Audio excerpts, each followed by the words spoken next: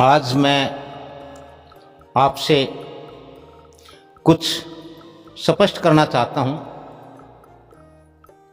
बहुत सारे लोग मुझसे बीमारियों का जिक्र करते हैं और दवाओं के बारे में बात करते हैं। दवा जिस वस्तु का नाम है वो रोगों को ठीक नहीं करती है। दवा कुछ समय के लिए, कोई निश्चित समय नहीं है, रोगों को केवल दबा देती है, जिसे हम प्रेस करना कहते हैं। इसीलिए आज पूरे संसार में लोग सालों सालों तक, बहुत सारे लोग तो ऐसे हैं जो जीवन भर दवा खाते रहते हैं, लेकिन उनका रोग, मर्ज कभी ठीक नहीं हुआ।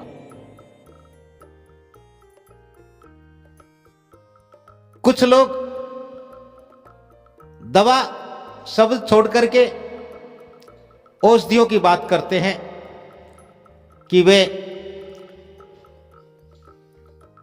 औषधि बेचते हैं और उससे रोग ठीक होते हैं। हम एक लंबे समय से, पिछले अनेक वर्षों से हम एक चीज देख रहे हैं, देसी दवाइयों के नाम पर भी बहुत बड़ा कारोबार फल फूल रहा है, चल रहा है। लोग देसी दवा आयुर्वेद के नाम पर, औषधि के नाम पर खा रहे हैं, लेकिन परिणाम बहुत कम है या फिर शून्य है।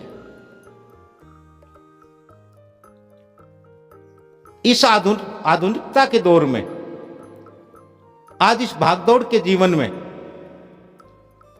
आज के युग में हमें इस बात को भली भांति समझना होगा, जानना होगा कि रोग क्यों होते हैं, रोग ठीक क्यों नहीं होते, और रोग ठीक कैसे हो या रोग हो ही ना। मैं दवाओं का, औषध का कोई काम नहीं करता, मैं ऐसा कुछ नहीं बेचता हूं। मैं तो जड़ी बूटियां जो हमारे संतों, महात्माओं, हमारे ऋषि मुनियों की प्राप्तियां हैं, उनका अनुभव है, उनका ज्ञान है, जो उन्होंने जंगलों में, गुफाओं में, कंदराओं में रह करके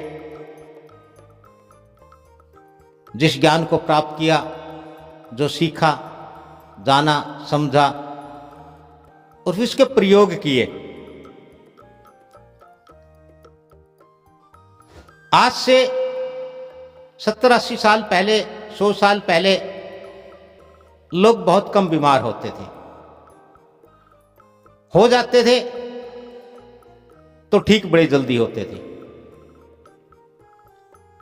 बीमारी का कोई भी रूप, नाम रहा हो, कितनी बड़ी अवधि की हो, वह ठीक हो जाती थी और जड़ से ठीक हो जाती थी। क्योंकि जड़ी बूटियां वनस्पति है, वनस्पति मनुष्य का भोजन है, वनस्पति, जड़ी बूटियां भोजन का एक अंग है, भोजन का एक भाग है और भोजन का विकल्प है। यदि हम इन जड़ी बूटियों का, इस वनस्पति का समय अनुसार निश्चित अवधि में, निश्चित मात्रा प्रयोग करते रहें तो हम रोगी नहीं होंगे, हमें कोई रोग नहीं होगा। और यदि किसी कारणवश, किसी भूलवश, किसी गलतीवश रोग हो जाते हैं और हम उस रोग का कारण जान लेते हैं कि वो किसी वस्तु की या किसी प्रकृति की अधिकता के कारण या न्यूनता के कारण हुआ है, तो ये जड़ी बूटियां, ये वनस्पति उस न्यूनता को पूरा कर देंगी और उस अधिकता को समाप्त कर देंगी। और ऐसा करने पर मनुष्य स्वस्थ हो जाता है, अर्थात उसका रोग नष्ट हो जाता है, रोग खत्म हो जाता है। और वह यदि इनका उचित मात्रा में, सही अनुपात में, समय अनुसार प्रयोग करता रहे तो मनुष्य कभी भी रोगी नहीं होगा, बीमार नहीं होगा, उसके अंदर किसी भी प्रकार के विकार उत्पन्न नहीं होंगे, कोई विकृति नहीं आएगी। ऐसा व्यक्ति तन से और मन से स्वस्थ रहता हुआ अपना पूर्ण जीवन जिएगा। पूरी आयु, जो हम कहते हैं कि भी परमात्मा ने हमें इतने श्वास देकर के भेजा है, वो पूरे अपने श्वास पूरे करेगा और पूरा जीवन वह सदकर्म करता हुआ, क्योंकि एक स्वस्थ तन में स्वस्थ मन का वास होता है।